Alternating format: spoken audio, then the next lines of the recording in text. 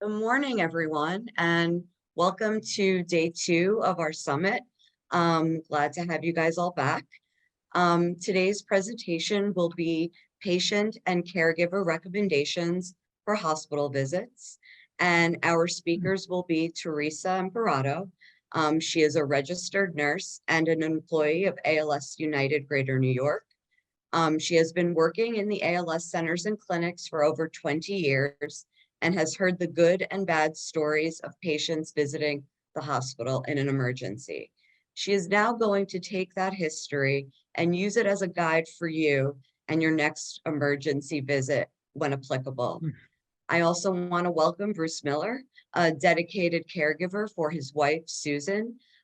When her diagnosis and symptoms began in early 2020, and the diagnosis confirmed in 2021. Shortly after, his wife, Susan, began losing her abilities for independently performing ADLs, otherwise known as activities for daily living, and his role as caretaker began. Along with the help of his devoted twin sons, amazing daughters-in-law, and grandchildren, together they navigate the challenges of the ALS journey. So welcome, Bruce and Teresa. I'll leave it up to you guys now. Hi, everybody. Thanks for coming. Thanks for the lovely introduction, Donna. I appreciate it. I'm Teresa Imparato. I'm one of the nurses at ALS United, Greater New York. I'm here today with Bruce Miller, the husband and caregiver for his wife, Susan Miller. Susan's disease has progressed, and now she's in a wheelchair all day. She has an all-com device to communicate and is now fed 100% via a feeding tube. She also uses non-invasive ventilation. Over her disease progression, Susan has been to the emergency department a few times for various reasons and has been hospitalized a couple of times during those visits. Today, Bruce and I are going to highlight one recent emergency department visit and subsequent hospitalization in the hopes that we can help you make your emergency room visit and maybe hospitalization smoother and uncomplicated. So this particular event that we're going to talk about is when Susan's feeding tube, unfortunately, had some complications quite some time after she had gotten the feeding tube. And her issues and symptoms progressed to the point where the ALS Center team advised Bruce to take her to the hospital.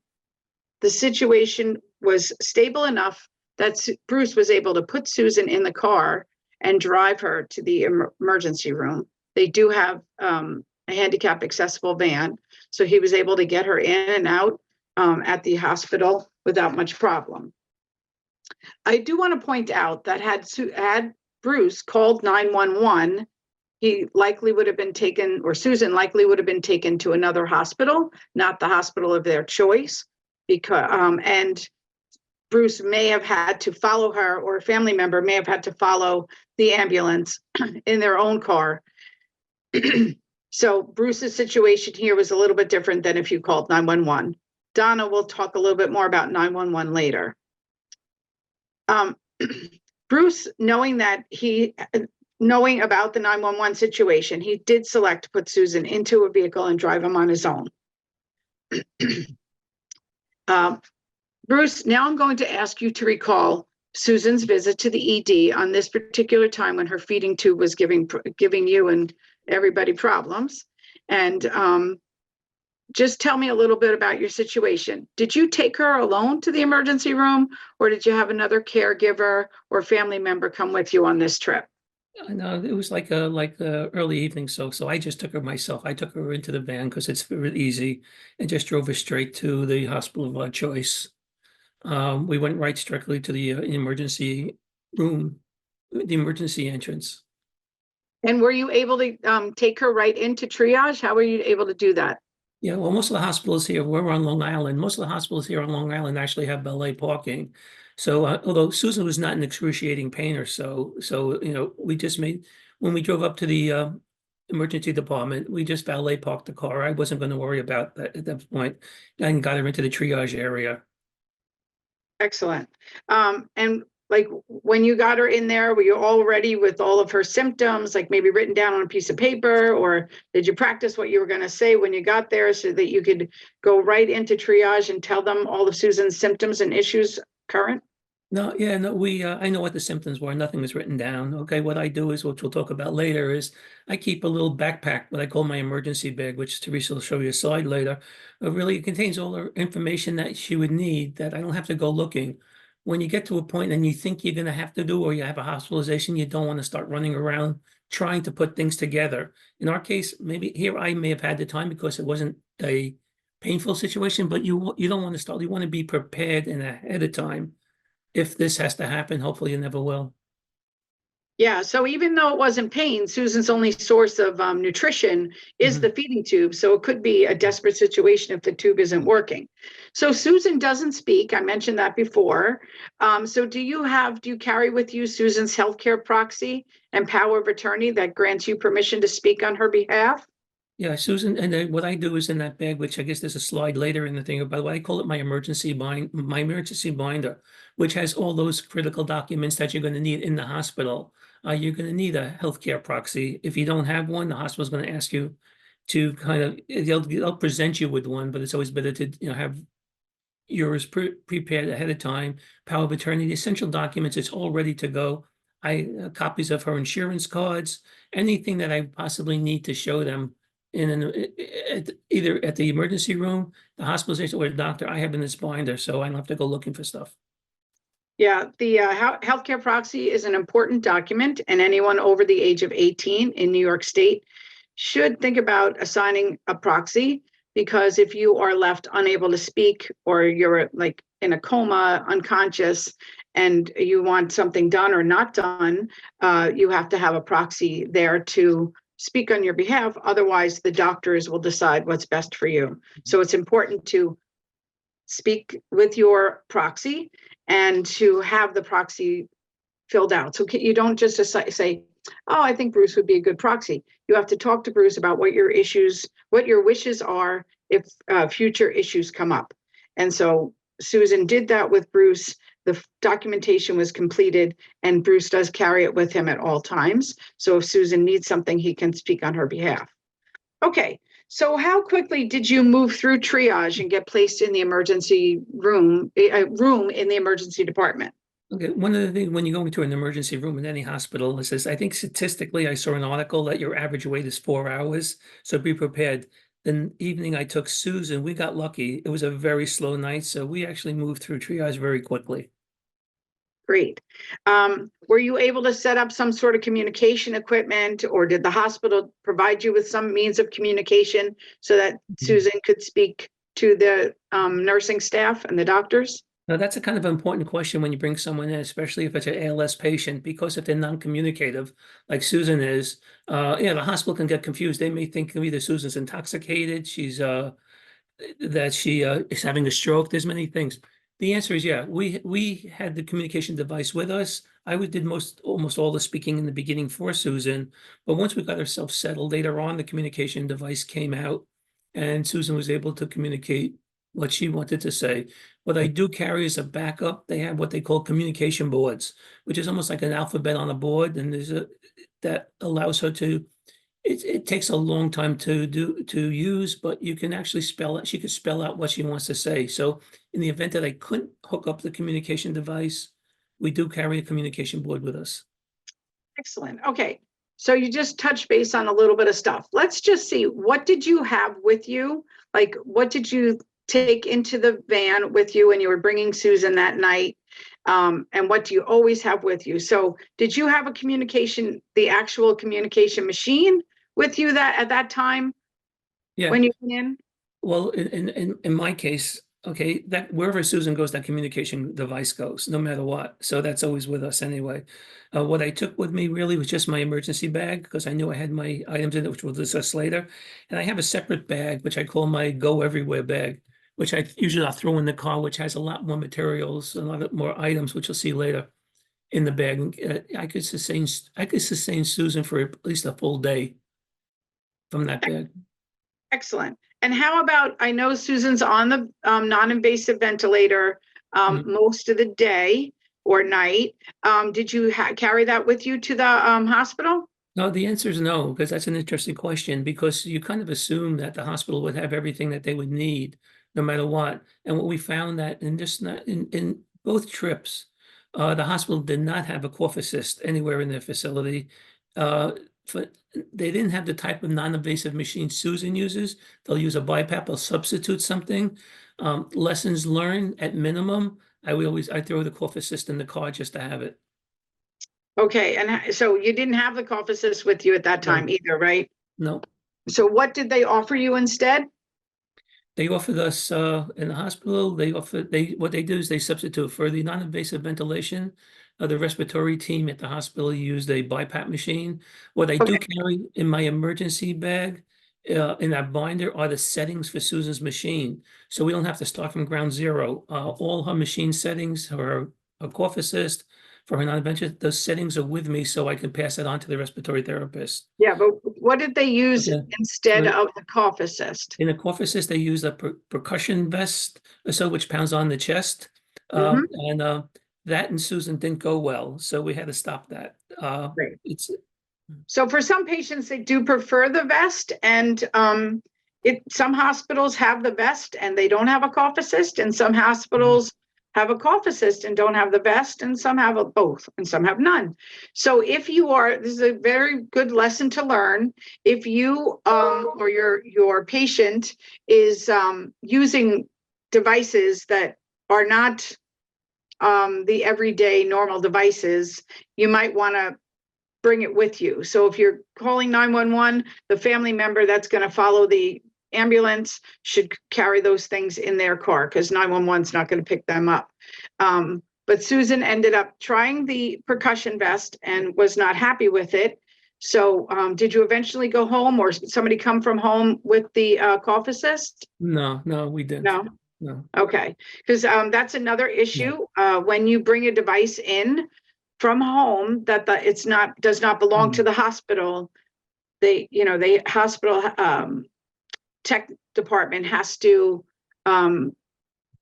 assess the equipment and make sure it's not going to blow a fuse or not going to explode or set the hospital on fire and stuff like that. So it's usually, even if you bring it with you, you might not get to use it for several hours to the next day, only because they want to check it out and make sure it's properly functioning, which has been a complaint that I've heard from a lot of people over the years. Okay, so I also mentioned that Susan's being tube fed 100%. Now her tube was in, a little funky situation, and that's why you went to the emergency room. But did you have tube feeding supplies with you when you went to the emergency room? Yeah, in my go everywhere bag, I carry a full set of supplies, her syringes, her formula, bottled water to purge the tube. So we were prepared to handle it. What Teresa said that we talked about with that is that I let the people know what I had in there. When I told them what she was using for nutrition. They sent up a nutritionist. They didn't have the strength of the potency that Susan uses. So they took mine, the nutritionist took it, they looked at it, and they used hers. And then there was alternate ways to do it, but we kind of went on the theory, if it ain't broken, don't fix it. She did well with the formulas we had. So the one thing that they I check periodically in the bag, and the hospital did check, is whatever you're bringing is within expiration date. Right. And I could add one more thing. Sure. In that bag is the medications. Most of the hospitals have your basic medications, the blood pressures and the miscellaneous stuff, but Susan was on 2 ALS medications. I grabbed those with me. I did have those in my bag, and to let them know in there. So what Teresa just mentioned, they're going to take your meds from you, and they're going to register them in the pharmacy. She has 2 medications that are not normally on the shelf, and these weren't. So. Right. ALS as a disease itself, if you're taking any of the ALS medications, chances are the hospitals don't have them in their formulary, and they will get them eventually, but it could be, a day or 2 before they actually get them to your bedside. So you might want to always carry at least a 24 to 48 hour supply of medications for you. And we know that the Radicava is on a schedule, And if you are in the hospital during your period of time where you're supposed to be taking that 10 days of Radicava, then make sure you get that, get it to the nursing staff so they can get it to the pharmacy for them to verify that it is in fact the medication that you're saying it is. That's why they take it from you, and then they will put it on the nursing drug pass schedule for the day or for your hospitalization. So Bruce, now we're going to go back to when now you're looking back, you spent a few days there, and what did you not bring with you, or what didn't you bring with you that you wish you had in the car? At this point, it really just boils down to the cough assist machine. We had really everything. I didn't have to ask my kids to go home for anything, nor did I really run out of anything I needed. So in my go everywhere bag is really everything I possibly needed for her. Excellent. Okay, so once you were in the emergency department and you were put in your little room behind a little curtain there, did the staff from the emergency room understand Susan's disease and the disease process? That's a tough topic, okay, because ALS, one of the things that we did as soon as we got to the hospital and all the way through is, I mean, I just repeated everything about what the ALS persons, their limitations were. And so for Susan's safety, I mean, even if they knew it, okay, I just said, she's ALS. We told her about the breathing, the speech, the swallowing, and the movement part. And it was an exercise we went through every single time we're there. It's just kind of like the position to be more of an educator than to guess. I mean, there is a lack of familiarity with ALS. When I took my own little surveys there, even with the nursing people, I asked them about their curriculums in nursing school and covering ALS, just in general neurodegenerative diseases. I mean, it's just, I think it's growing, but it's not a big part of the curriculum that they're familiar with. And I guess our experience was unique. They were actually really interested in Susan. And at one point, the ER nurses, they came back after shift to learn more about the eye gaze and things. So our experience is that, the best thing I could say to people is, it could be frustrating in the ER, but help offer solutions for the person and work with them. Our experience was really not that bad. They were willing to learn. Excellent. So tell me a little bit more about advocating for Susan, because as I said, Susan is no longer able to speak, and using one of those letter boards might be a little bit difficult for her to get her point across, especially when people are in an emergency room situation, they're in a hurry. They want to get the test done. They want to get her moved from place to place. So how did you advocate for Susan throughout her stay in the ED? Okay, because Susan can't communicate, okay, verbally, when you go into some of these testings, so you can't take the equipment, you can't take it with you. I was by her side through the whole time. We were there as her basic spokesperson. It also helps with the doctors because when she's kind of moaning or groaning because there's something she doesn't like, I could usually understand what she wants, so you could work through and you're helping them get through or to understand what the needs are.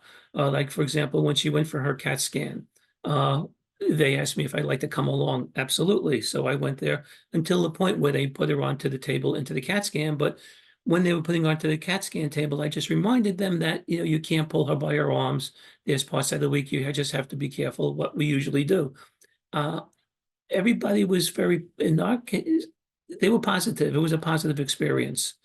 And then we just wait outside. I'm glad to hear that. And it's important, like Susan can't move her arm to lift herself onto the chair. And the fact that you were explaining that to them actually probably saved them a lot of time, that, they stopped and listened to you. That's a good thing to hear that they did. Yeah, All right. The only delay we had is that time was twice there was emergency cases that came into. Oh. Okay, so you get put on, but you can't get angry at them. No, okay? no. You have to just bring a book. Right. Yeah. So, you always have to put the more emergent situation. And thank God that you weren't the emergency. Nope. You were just trying to get something figured out. All right. So now the doctors have been to the bedside. They've ordered a lot of tests. Susan went and came back from various tests, and they finally decide to admit her. So now you're packing everything up that you brought, and they bring her to another part of the hospital into a regular hospital room.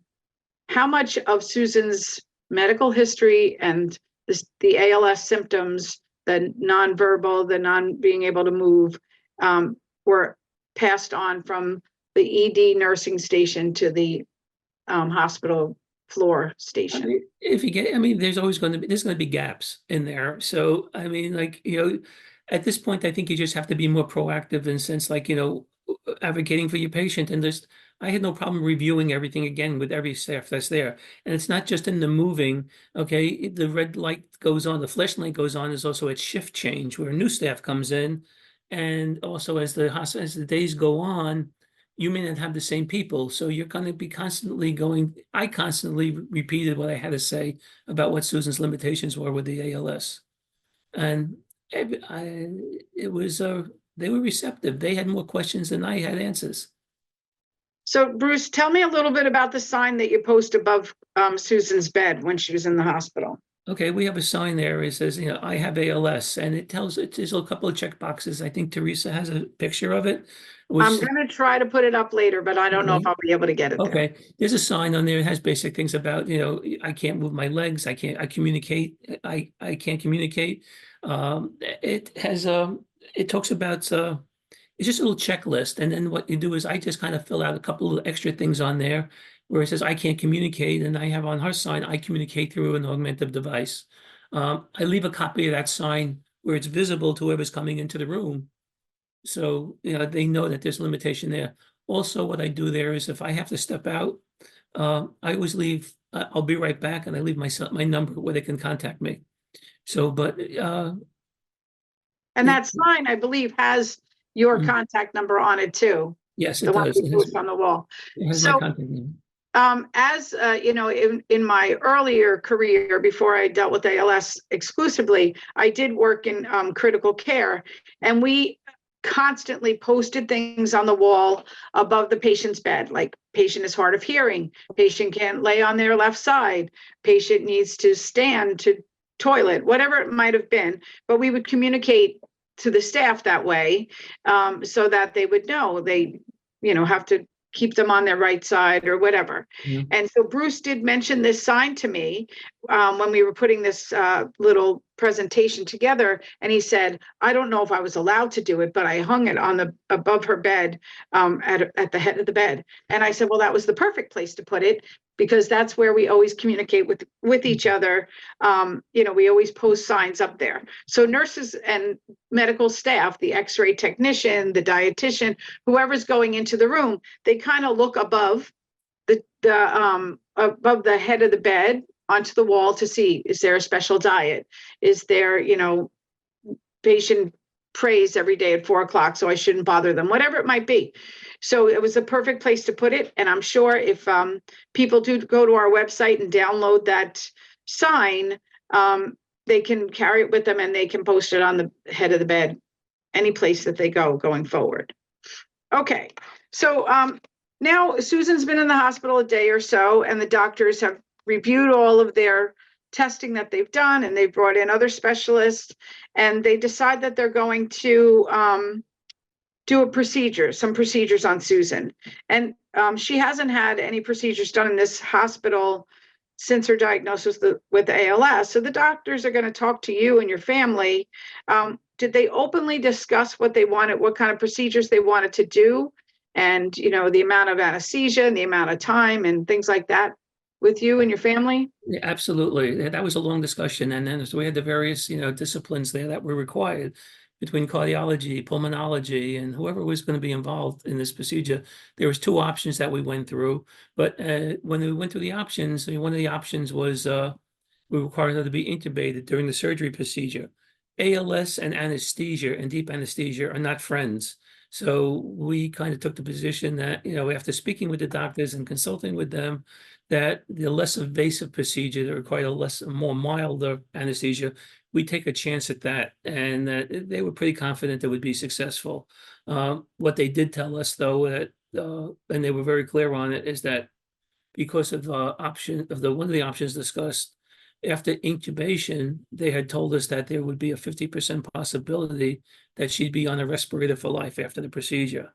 So we as a family decided that, and Susan included, that we're going to take the less risk option, and we were successful. Okay, so I'm just going to explain intubation for anybody who doesn't understand that. When when one goes under anesthesia, deep anesthesia, your body doesn't breathe so well. So the anesthesiologist will put a tube down your throat and attach it to a ventilator, and that machine will breathe for you during the procedure. And most people will have that tube removed at the end of the whatever surgery is happening, once they start recovering and the anesthesia actually flushes out of your system quite well. But for patients who have compromised respiratory status, like many of our ALS patients, putting that tube down and clearing the anesthesia and the patient breathing back on their own may not happen so quickly, or it may not ever happen. And that tube down your throat would end up being attached to a ventilator to support your breathing. And then a patient may need to have a tracheostomy done to continue to breathe with the assistance of a machine. So that was the issue. And did the doctors talk to Susan about that? Was she active in that decision making? Absolutely. Okay. And it's important to know that, just because Susan can't speak, that the doctor should be there at the bedside, and they should be patiently conversing with Susan or any of the patients. And did they allow your 2 adult sons to participate in that conversation? Absolutely. And Susan allowed them, Susan wanted them involved? Oh, yeah, our family is very close. Absolutely. Yeah. Okay. So how many days was Susan hospitalized? About 10 days because of the procedure. Yeah. So how many days into the hospitalization before she had the procedure? I'm going to say about 6-7 days. Okay. But And then based on the diagnosis to see exactly what was happening, that took a little bit of time. And then once they decided what was going on, what procedure to go, we were out like 2 days later. excellent. So she did start feedings again with the new feeding tube. Yep. They made sure everything worked okay. So how long did you, Bruce, spend at Susan's bedside? I was there 100% of the time. I just felt that, being the caregiver, being the spouse, that, and her inability to communicate, that was going to be critical to her care. Okay, so I'm just gonna talk to people now just about going to the emergency room. Bruce's situation is a classic situation where you go in, you think maybe there's just a little something going on with the stomach, and then she ends up being in the hospital for 10 days. So not every emergency room visit is go in, stay there a couple of hours, get sent home with, a cast or some medication, or, referral to another doctor.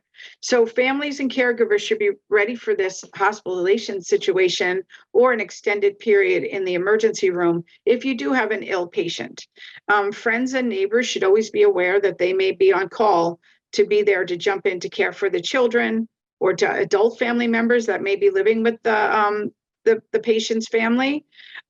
And maybe even pets need to be cared for. Not maybe, all these people need to be cared for. So you should have a local person. Now in Bruce's situation, he has 2 adult sons that could run over if I don't know if they even have a pet, but your family may be wanting to be at the emergency room. So you should know somebody who's local, a next door neighbor down the block.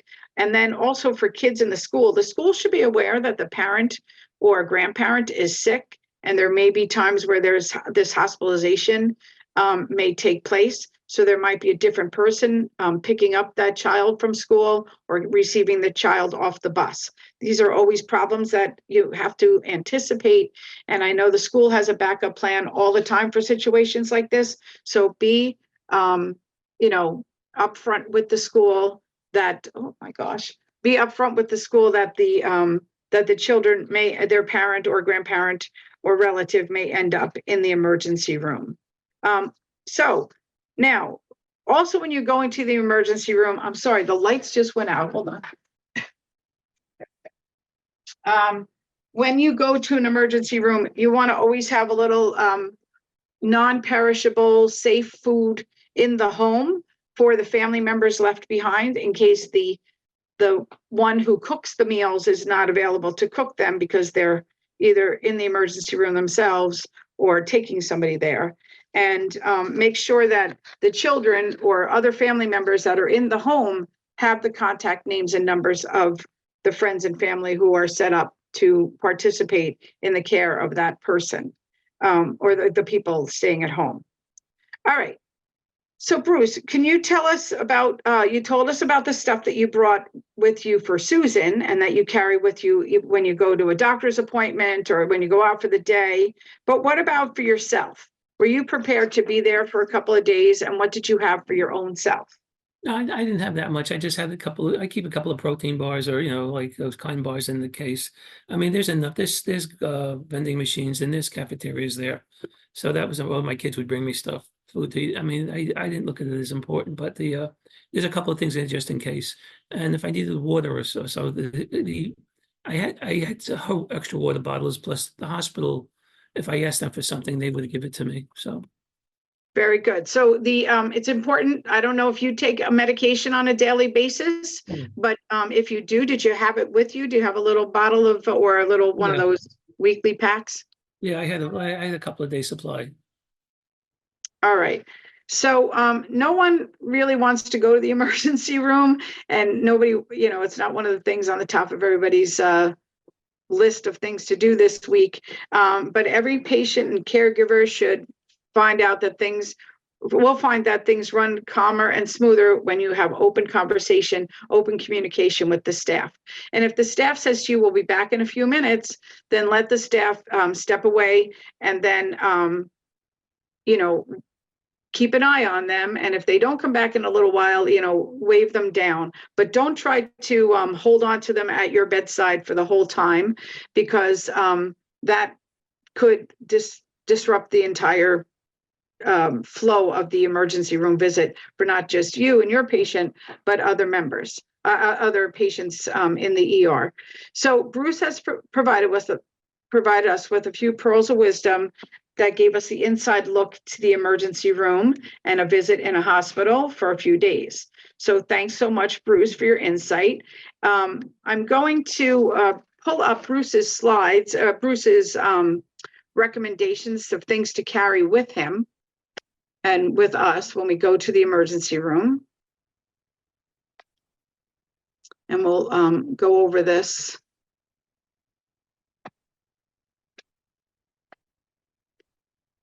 So can you see that? Yes. Okay. So Bruce, I'm gonna let you go through some of the things that you have in your backpack. And one of the things that Bruce does carry in his backpack is an emergency binder. And he told me that that binder came into play when the doctors were asking a little medical history. And, you're a little befuddled when they're asking a bunch of things and the doctors ask questions that you were like, why are they asking that question? But Bruce, tell us how the binder came into play. Oh, the binder? It's from one of my medical events years back. I put the binder together. The kids and everybody thought it was funny, but when the doctor came out and asked a question, it was in there. So once Susan started with this journey, I actually put her binder together. And it's just important to make sure that, this is the basic list that my binder contains. And in the case of like the healthcare proxy, the power of attorney, the placards, usually I'll keep 2-3 copies in that binder in case I have to give one out, just in case it doesn't come back. This way I have an extra one. I have one with me. But this is critical. Mine is just on a simple computer spreadsheet. Didn't make a project of it. The important thing is always to make sure that you keep it updated. Just pencil in any changes in the binder and keep it current. Excellent. And another thing to point out, thank you, Bruce, is healthcare proxy and advanced directives. You can make photocopies. The photocopy is just as good as the original one. So always have a copy. I carry mine in my one is in my glove box in my car, and the other one is hanging on my refrigerator at home. All right, how about this? Is something that was nice. When I saw this, I was like, oh yeah, we have to communicate, and our phone dies 24 hours after we get there. So this was important stuff. So tell us about this. Oh, this is just a basic communication. This is personalized, whatever what's good for you, the communication board, just common sense. The cell phone's going to be used no matter what. Earbuds, just to keep it private, not to disturb other people. And just the basic stuff, the phone charger. Masks are optional, but I do use mine. And depending, I take basic stuff. On the phone charger, I just recommend having a a long cord, because when we were in the ER, I was watching these people plug their charges in with the wire across patients there. I mean, it was kind of comical, but basic stuff, whatever you feel comfortable with, but this would be the basic, minimum. Excellent. Thank you. All right. So we did bring this up before. Bring your medication, bring the patient's medication and your medication. And then caregiver needs. So the caregiver has to think about themselves. You can't be a caregiver for very long if you ignore yourself. And then Bruce mentioned that he did bring a few snack bars with him. He always has them packed, and water bottles. That's important. Like, you can't depend on the staff in the emergency room, or when you get up to a bed, you can't depend on the staff to be providing you with all sorts of stuff. So bring a little bit of stuff with you. This is important for the caregiver. Right, Bruce? Yep. So I'm sure that the patient gets a little emergency kit. When they get to the hospital, they maybe have a little bottle of mouthwash or a little toothbrush, but they don't give one to the caregiver. And then this was important. I like that Bruce put down that he has money and change, especially for the vending machines. That always happens. You have a $20 bill, and at 2 o'clock in the morning, there's nobody around to give you any change. So, always have a pile of quarters in the bottom of that backpack.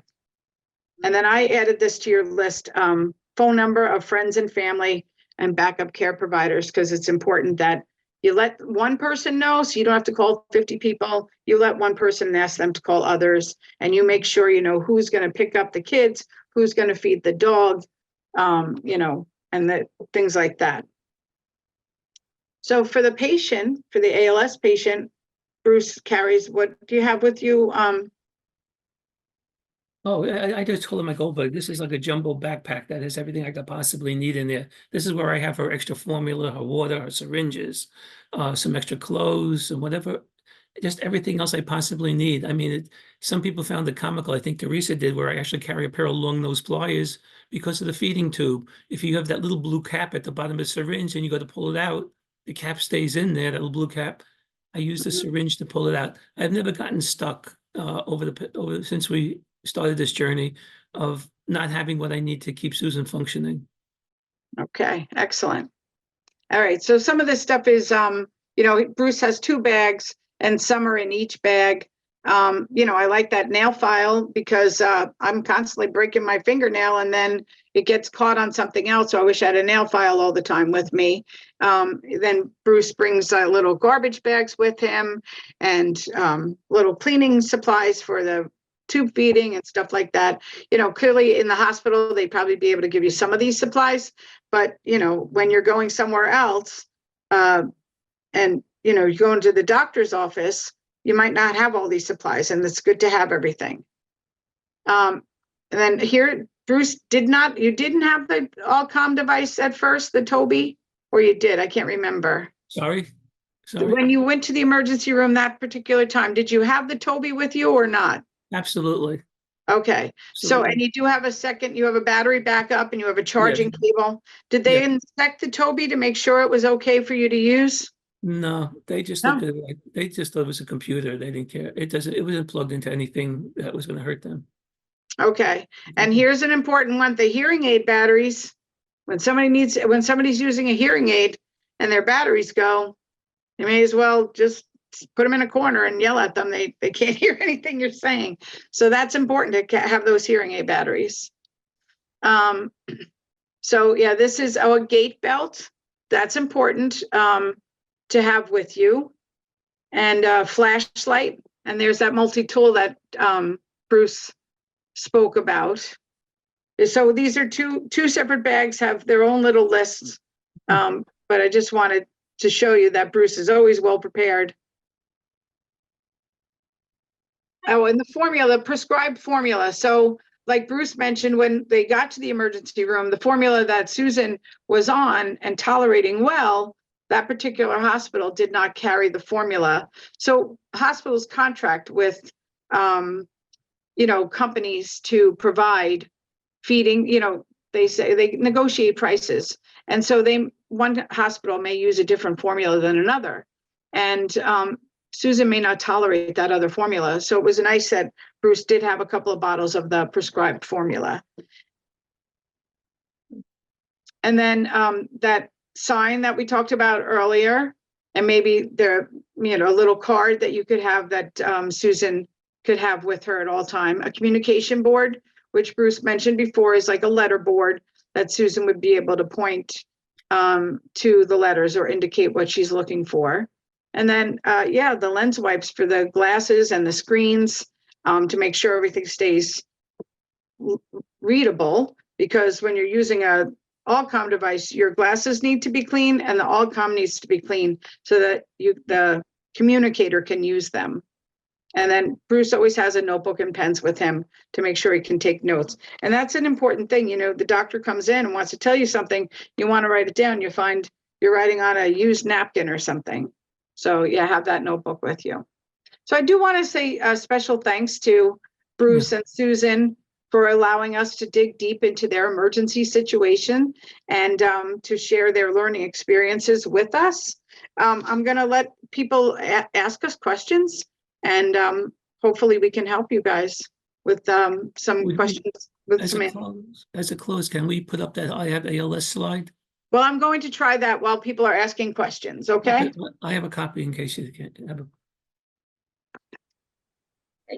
Excuse me. Thank you both so much for that really informative presentation. Bruce, it's so clear what a dedicated caregiver you are, along with your amazing family. But unfortunately, there are some people that don't have advocates as you and family as you. And are there any specific recommendations for either of you, if you're alone and if you don't have anyone to sort of advocate, if there's anything that someone needs to maybe do in advance, if they know that they could be facing an emergency? And one question that came in was, what happens when, like during the pandemic, nobody is allowed to accompany the patient?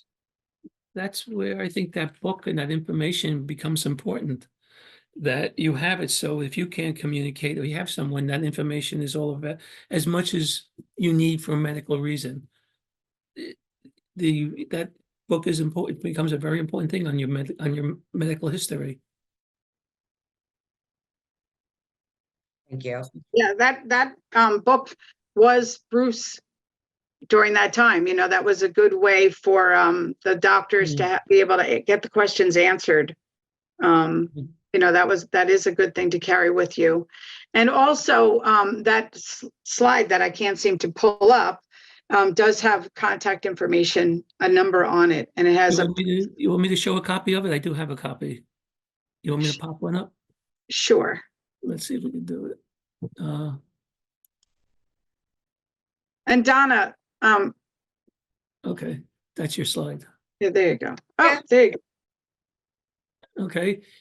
Yeah, so see how it is nice and easy, the like 6 or 8 questions answered right there on the screen. So I cannot breathe when I lie flat. I use NIV or cough assist to help me breathe. Do not give me O2, which is a situation prescribed for our patients. I understand what you're saying, because a lot of times people will say, oh, they can't speak, they must not understand me. And I communicate using these. This is all very basic, simple stuff. And then at the bottom, you see it says, ask me or call my caregiver for more information.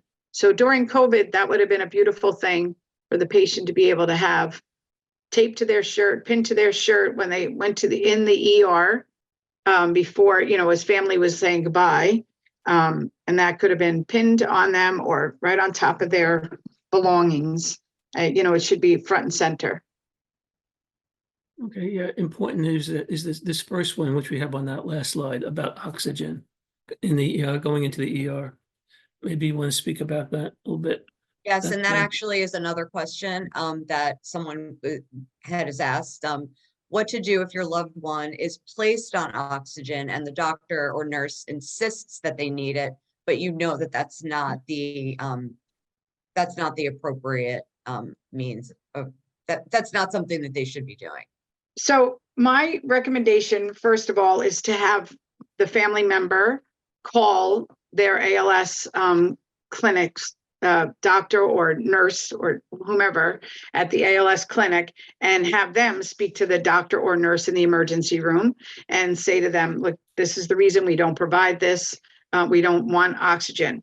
But you can always, you know, if they say to you, we want you to drink this aspirin, and you don't like aspirin, it causes an upset stomach, maybe it gives you a rash, you say, no, I don't take aspirin. You have the right to say no to anything that they want you to do in the hospital. So if they say, we want to put this oxygen on you, you can say, no, I refuse to take it. And that's okay. People have the right to say yes and no to things that they, you know, the doctor is recommending. Yeah, one of the things, I mean, like, actually Teresa taught us from the Zoom is like, you know, at the ER, if they want to put the oxygen on it, one of the comeback questions would be, is did you measure their carbon dioxide levels? If your carbon dioxide levels are increasing, to me, that's an indicator that, you know, there could be another problem. That's where the doctors have to help make the decision. But again, going back to what I said originally, you have to offer solutions also there as their advocate. So, I mean, this is things that, I mean, from the Zooms and I speak for Long Island Zooms, these are things that we talked about, and Teresa had raised this. I'm going back a long time already. So I know that's a very important thing. And that goes back to, like, you know, when you're bringing a person in that has ALS, non-communicative, this and that. I mean, in the times we live, you know, are they on drugs? Are they on fentanyl? Are they having a stroke? There's so many things that the doctors go through. That's why advocating for that person is extremely, extremely important in understanding.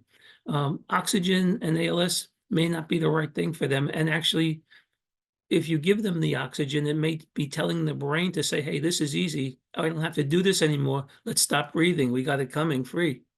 So my bottom line recommendation is have that doctor or nurse, or you can pick up the phone and call your ALS clinic and then ask them to speak to the doctor.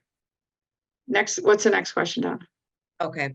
Are 911 ambulance patients given priority over walk-ins when going to the ED?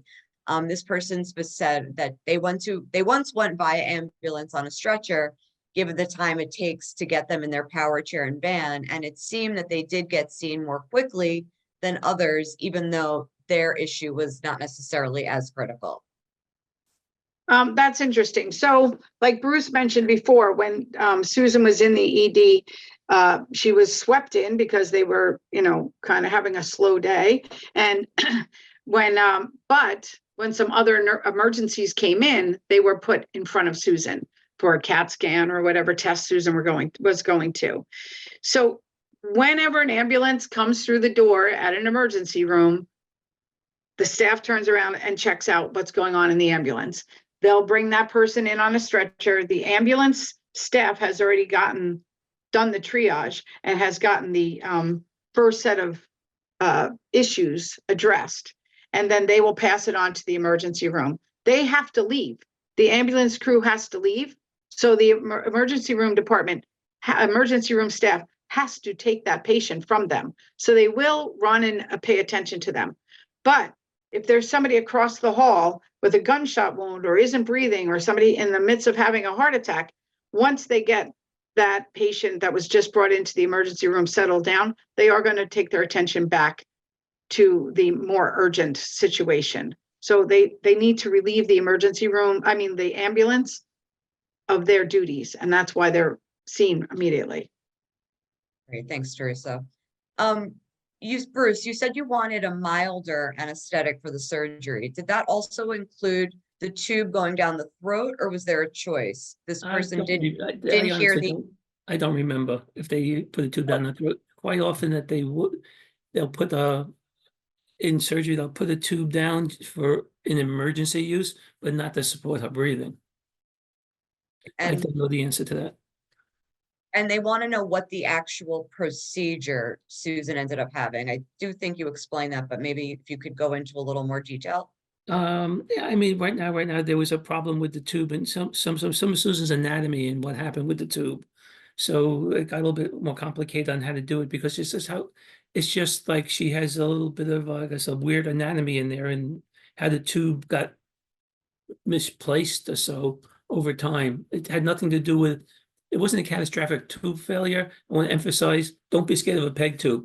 I think this is like, Teresa has, we said, oh, 1 in 1,000 or 1 in 10,000 have what she had. Yeah. It's anomaly. Yeah, over the nearly 30 years that I've been dealing with ALS patients, I've never seen that before. And so she did have to have her tube removed and a new tube put in. And they, I believe, probably looked around inside her abdominal cavity while they were doing the procedure to make sure there were no further issues and maybe patch a little thing up.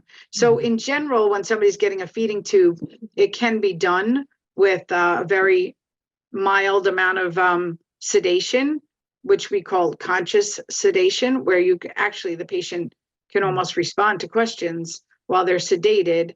But, you know, they're really, their brain is kind of like, oh, good, they're putting a tube in me. And so they don't have to put a tube down your throat to assist your breathing. So likely that's what happened with Susan. They gave her a much lighter amount of sedation, but they did do an investigative procedure on her. So it was probably a little bit greater than the general feeding tube procedure. And someone did make a comment that if you go to the emergency room, it's definitely important to let your clinic coordinator know. And, you know, I most certainly agree with that. And that's probably even something you want to have on, you know, in that emergency binder. And in terms of, you know, when you call 911, you know, unfortunately, in these emergencies, you know, you can't really, you don't always have the option of being able to determine which, you know, hospital you go to. And you know, they're going to take you to the hospital that they want you to go to. I mean, of course, there are things you can do, like, you know, use a private emergency service, but just to know that they are going to take you just to the nearest hospital emergency room. And that's sort of, you know, where you're going to end up. With that being said, are there ever times when for ALS patients, if they should not go to an emergency room, if it's something that they can deal with potentially at home to avoid the stress of an ER visit? And like Bruce said, sometimes the lack of knowledge that, you know, those who work in the hospitals unfortunately don't have. So sometimes people are actively involved with a home care program, and that home care program may have a nursing situation where the nurse comes once a month or once a week or whatever. And I would say, first and foremost, have a nurse come into the home and assess the situation and decide whether or not they feel it's really emergent for them to get to an emergency room. Some people do have home medical programs. You know, there are visiting doctors programs. And if people do feel like they may, you know, as the disease progresses, need more visits from a doctor and can't get out, they might want to get themselves set up with a home, you know, visiting doctor program, which they're all over the tri-state area. Right. That's really helpful to know. Thanks, Teresa. In like, you know, although it sounds, I guess it sounds simple what I went through, but in the background, my first call when all this was happening was to Teresa, and that got also expanded to the ALS clinic doctor. And I know even you, through the visit, you were kind of the intermediary to keep Teresa and the doctor updated on what Susan's progress was. If I had a question, that was my go-to. Teresa was my first go-to. And she would be the doctors are busy, but the mechanism is there to make sure that the ALS patient in the clinic gets the right care. And I think that's what we had in Susan. So.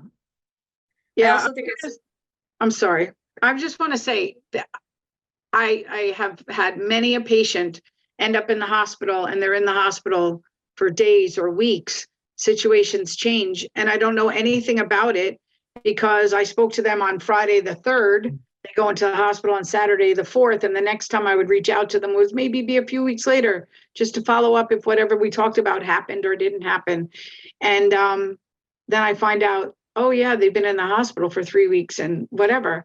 So it is important for us to have that communication with all of the patients. So even if you just send a text message or an email or leave a voicemail over the weekend on their work, email or voicemail, then just so the staff knows, the clinic staff knows, and maybe we can be a little bit more involved. Great. I want to really thank you both. I personally know both of you, and I really, really enjoy working with both of you. You're both so informative, and I just really want to thank you for this really wonderful presentation. Again, I just want everyone to know that all of the summit presentations have been recorded, and they will be on our website, probably I would say early next week. And I do hope that you guys stay on. Our next presentation begins at 12, and it's about accessibility. So, again, thank you all for coming, and I hope you enjoyed the presentation as much as we did. Thank you for having us. Thank you.